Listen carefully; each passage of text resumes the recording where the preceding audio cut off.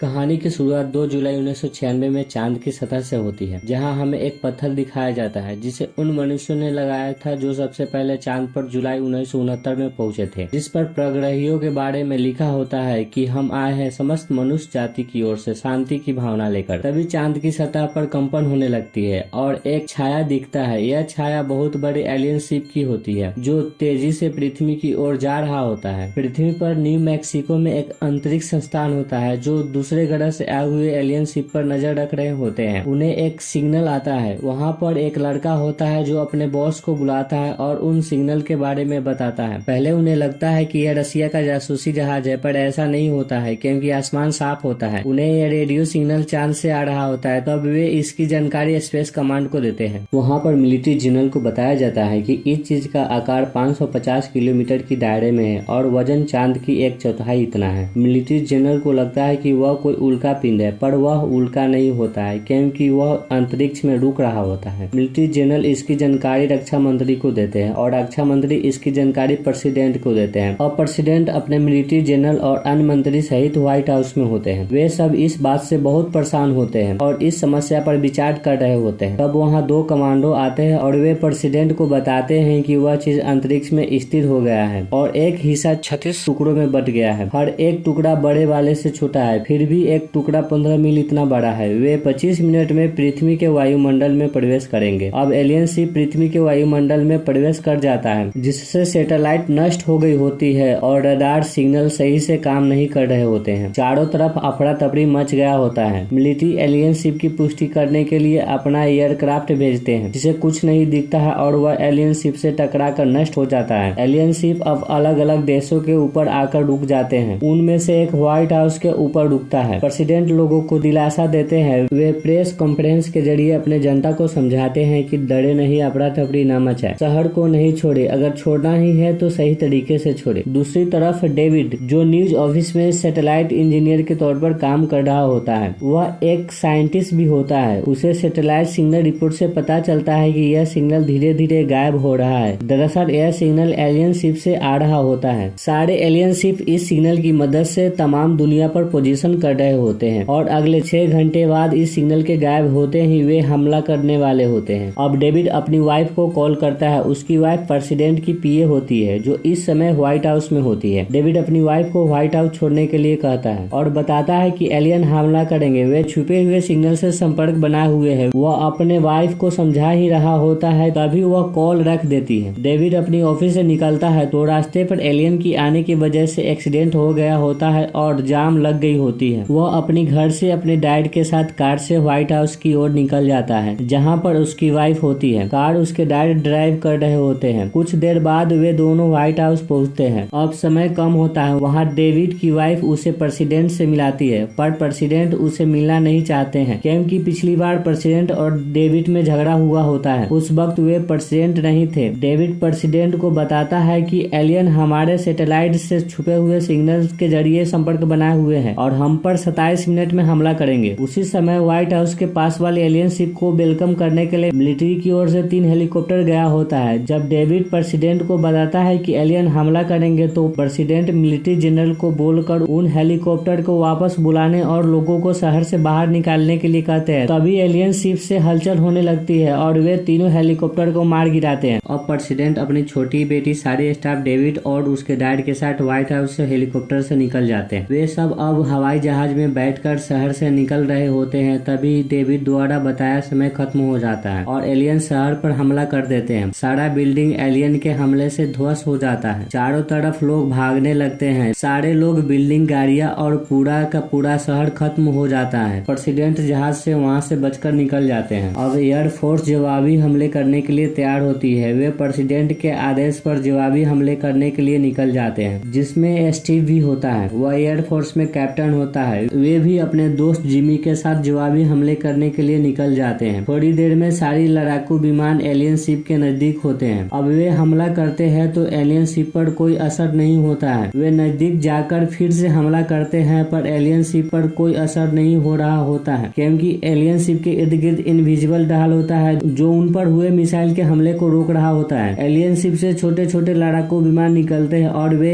Air force पर हमला करने लगते हैं। उन छोटे एलियन शिप पर भी ढाल होता है जिस पर फाइटर प्लेन के हमले से कोई असर नहीं हो रहा होता है। एलियन शिप धीरे धीरे सभी फाइटर प्लेन के चींटियों की तरह मसल रहे होते हैं। सिर्फ स्टीव और उसके दोस्त बचे होते हैं। वे वहां से बचकर निकल रहे होते हैं। उनके पीछे जो एलियन शिप पड़ा होता है। वे दोनों लगातार स्टीव और उसके दोस्त जिमी का पीछा कर रहे होते हैं, जिसमें जिमी भी मारा जाता है। अब सिर्फ स्टीव बचा होता है। उसका भी एक एलियन शिप लगातार पीछा कर रहा होता है। स्टीव अपने प्लेन से घाटी से होकर भाग रहा होता है और एलियन शिप पीछे पड़ा होता है। स्टीव अपनी सूझबूझ से एलियन शिप को क्रैश कर देता है और वह पैराशूट से बच जाता है, जिसमें उसका प्लेन भी क्रैश हो जाता है। उस एलियन शिप में एक एलियन होता है जो बच गया होता है, जिसे स्टीव मारकर बेहोश कर देता है। वहीं कुछ एलियन शिप की टुकड़ियां स्टीव के एयरबेस पर हमला कर एयरफोर्स के हेडक्वार्टर को खत्म कर देता है। जब इसकी खबर प्रेसिडेंट को लगती है तो रक्षा मंत्री न्यूक्लियर हमला करने के लिए कहते हैं, पर प्रेसिडेंट हमला नहीं करना चाहते हैं। डेविड भी उन्हें रोकता है कि न्यूक्लियर हमला से सारा वातावरण दूषित हो जाएगा। रक्षा मंत्री डेविड की नहीं सुनते हैं और वहां से उसे जाने के लिए कहते हैं। तब डेविड के डैड कहते हैं, अगर मेरा डेविड नहीं होता तो आप सब यहाँ नहीं होते, क्योंकि सबकी जान डेविड के कारण ही बची होती है। वे आगे कहते हैं, 1950 में एलियन शिप आया था जो तुम्हें मैक्सिको में मिला था, जिसे तुम लोगों ने एक बंकर एरिया 51 में छुपा कर रखा था। प्रेसिडेंट कहते हैं, ये सारी अफवाह है जो मीडिया ने फैलाई है। एरिया 51 नाम की कोई जगह नहीं है। तब रक्षा मंत्री हामी भरते हुए प्रेसिडेंट से कहते हैं कि यह सब सही बात है, ये आपसे छुपाया गया था ताकि आप आसानी से मना कर सके। दरअसल एलियन पहले भी 1950 में धरती पर आ चुके होते हैं, जिनमें एलियन की लाशें और एक शिप बरामद हुई होती है। प्रेसिडेंट अभी भी सबके साथ अपनी प्लेन में ही होते हैं। वे एरिया 51 पहुंचते हैं। वे 24 मंजिल नीचे रिसर्च सेंटर पहुंचते हैं, जहां एलियन के साथ उसके शिप को रखा गया होता है। प्रेसिडेंट वहां डॉक्टर ओकेन से मिलते हैं, जो 15 साल से वहां के इंचार्ज होते हैं। डॉक्टर ओकेन प्रेसिडेंट को एलियन शिप दिखाते हैं जो उसे 1960 से मरम्मत कर रहे होते हैं और उसकी टेक्नोलॉजी को भली भांति समझ गए होते हैं, जो अभी भी काम कर रहा होता है। अब डॉक्टर उन सबको एलियन की लाशें दिखाते हैं। पहले एलियन के शरीर के ऊपर बायोमैकेनिकल सूट था, जिसे खोलने पर उन्हें एलियन के बारे में जानकारी मिलता है कि उन्हें भी आंख और कान है, पर बोल नहीं सकते। वे टेलीपैथी द्वारा बातें करते हैं। वे भी इंसानों की तरह गर्मी और सर्दी महसूस करते हैं और ऑक्सीजन लेते हैं, जिन्हें मारा जा सकता है। अब प्रेसिडेंट डेविड को एलियन की टेक्नोलॉजी समझने के लिए कहते हैं, क्योंकि डेविड ही उनकी सिग्नल को समझ पाया था। वहीं स्टीव एलियन को एक गाड़ी में लेकर एरिया 51 पहुंचता है। उसके साथ बहुत लोग होते हैं जो स्टीव को एलियन शिप से डरकर भागते हुए रेगिस्तान में मिले होते हैं, तो वह उनके साथ उनकी मदद से वहां आया होता है। वह गार्ड को एलियन दिखाकर अंदर चला जाता है और मिलिट्री जनरल से मिलकर अपने बेस पर जाने के लिए कहता है। मिलिट्री जनरल उसे बताते हैं कि बेस को एलियन ने तबाह कर दिया है, वहाँ कोई नहीं बचा है। वहीं एरिया 51 में जो एलियन स्टीव लाया होता है, उसके साथ डॉक्टर एक्सपेरिमेंट कर रहे होते हैं। वे सब उसकी ऊपरी कवच को खोलते हैं तो एलियन होश में आ जाता है और डॉक्टर ओकेन उसके आंख में देख लेते हैं, जिससे उनके दिमाग पर गहरा असर पड़ जाता है। एलियन बाकी डॉक्टर को खत्म कर देता है और डॉक्टर ओकेन को अपनी पूंछ से पकड़ लेता है। जब प्रेसिडेंट वहां पहुंचते हैं तो डॉक्टर ओकेन के जरिए उनसे बातें करता है और कहता है कि हम सबको मार देंगे। वह प्रेसिडेंट के दिमाग को भी बस में कर लेता है। तब कमांडो और जनरल उसको मार देते हैं। प्रेसिडेंट कहते हैं, मैंने उसका दिमाग पढ़ा, वह एक एक कर सारी ग्रह को खत्म करते आ रहे हैं, अब हमारी बारी है। तो प्रेसिडेंट न्यूक्लियर हमला करने के लिए मंजूरी दे देते हैं। एक फाइटर प्लेन एलियन शिप पर हमला करता है, पर न्यूक्लियर हमले से भी शिप को कुछ नहीं होता है, क्योंकि शिप को उसकी ढाल बचा रही होती है। अब मिलिट्री हमला रोक देते हैं। वहीं स्टीव एक हेलीकॉप्टर को लेकर अपने एयरबेस जाता है, जिसे एलियन ने तबाह कर दिया था। स्टीव को वहाँ उसकी वाइफ जैस्मिन मिलती है। जब एलियन हमला किया होता है तो वो अपने बेटे और डॉग के साथ छुपकर बच गई होती है और एक ट्रक में घायल लोगों को लेकर वहाँ आ गई होती है, जिसमें प्रेसिडेंट की वाइफ भी होती है, जो एलियन हमले से बच गई होती है और अभी घायल होती है। स्टीव उन सब को लेकर एरिया 51 आता है। प्रेसिडेंट अपनी वाइफ से मिलते हैं। डॉक्टर उन्हें बताते हैं कि उनकी वाइफ नहीं बचेगी, क्योंकि उनकी वाइफ को एक गहरा चोट लग गया होता है, जिसके कारण खून नहीं रुक रहा होता है। वहीं डेविड एलियन के शिप की टेक्नोलॉजी को अच्छी तरह से समझ गया होता है। उसे एलियन शिप की इनविजिबल ढाल को हटाने का उपाय मिल गया होता है। वो प्रेसिडेंट, रक्षा मंत्री और मिलिट्री जनरल सहित सभी को शिप के पास बुलाता है और शिप पर एक कैन रखकर कमांडो को शूट करने के लिए कहता है। कमांडो शूट करता है तो ढाल गोली को रोक देता है। तब डेविड शिप में वायरस डालकर कमांडो को फिर से शूट करने के लिए कहता है। इस बार गोली कैन को लगती है, क्योंकि शिप का ढाल वायरस के कारण हट गया होता है। डेविड सबको समझाते हुए कहता है, अगर उनकी इस शिप से बड़े वाले शिप शिप में जाकर वायरस को डाल दे और न्यूक्लियर से उड़ा दे तो बाकी का जहाज जो पृथ्वी पर है उनकी ढाल नाकाम हो जाएगी, तब सारे जहाज को मारकर गिरा सकते हैं। इस बात पर प्रेसिडेंट मंजूरी दे देते हैं। अब प्रेसिडेंट मिलिट्री जनरल को लड़ाकू विमान और पायलट को तैयार करने के लिए कहते हैं। मिलिट्री जनरल संचार व्यवस्था खराब हो जाने की वजह से माउस कोड की मदद से दुनिया के सारे देशों को अगले 5 घंटे में एलियन शिप पर हमला करने के लिए कहते हैं, तो सारे देश हमला करने के लिए तैयार हो जाते हैं। प्रेसिडेंट पायलट की कमी होने के कारण वहाँ रह रहे लोगों से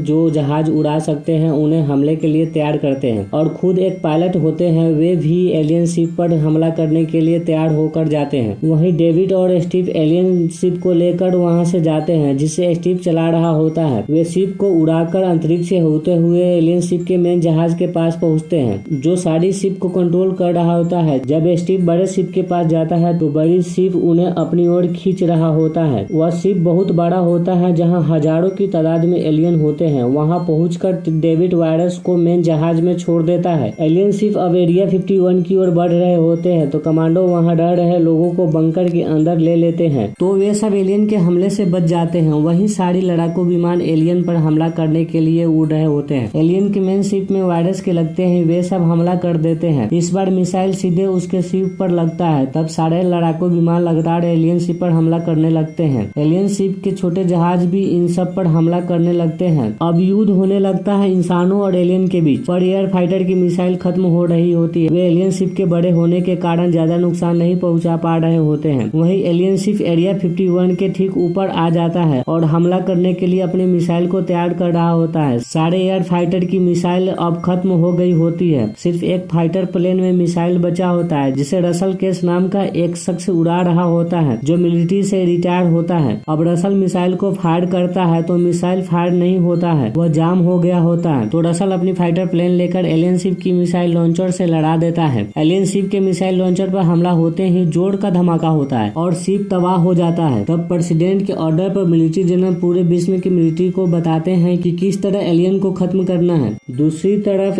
डेविड और स्टीव अभी एलियन के मेन शिप में अंतरिक्ष में ही होते हैं। वायरस को अपलोड करके वे निकलने वाले होते हैं, पर उनका शिप जो एलियन शिप होता है वो वहाँ फंस गया होता है जिससे वे वहाँ से नहीं निकल पाते हैं। अब वे चारों तरफ से एलियन शिप से घिरे होते हैं। तब वे हार मानकर न्यूक्लियर मिसाइल से हमला कर देते हैं। उस मिसाइल में टाइमर लगा होता है जो 30 सेकेंड में फटने वाला होता है। उनके मिसाइल छोड़ते ही मिसाइल सीधे एलियन शिप में लगता है। डेविड और स्टीव का शिप एलियन के कंट्रोल से छूट जाता है। तब वे वहाँ से भागने लगते हैं, उनका पीछा छोटे शिप करने लगते हैं। वे लगातार स्टीव के शिप पर हमला कर रहे होते हैं। वे दोनों बचते हुए 30 सेकेंड के अंदर वहाँ से निकल जाते हैं। उनके निकलते ही मेन एलियन शिप न्यूक्लियर से फट जाता है, पर उनका शिप न्यूक्लियर के चपेट में आ जाता है और वे धरती पर गिरते हैं। वे दोनों बच गए होते हैं। अब विश्व के हर एक कोने में एलियन शिप नष्ट हो रहा होता है। अंत में डेविड और स्टीव अपने फैमिली और प्रेसिडेंट से मिलकर बहुत खुश होते हैं।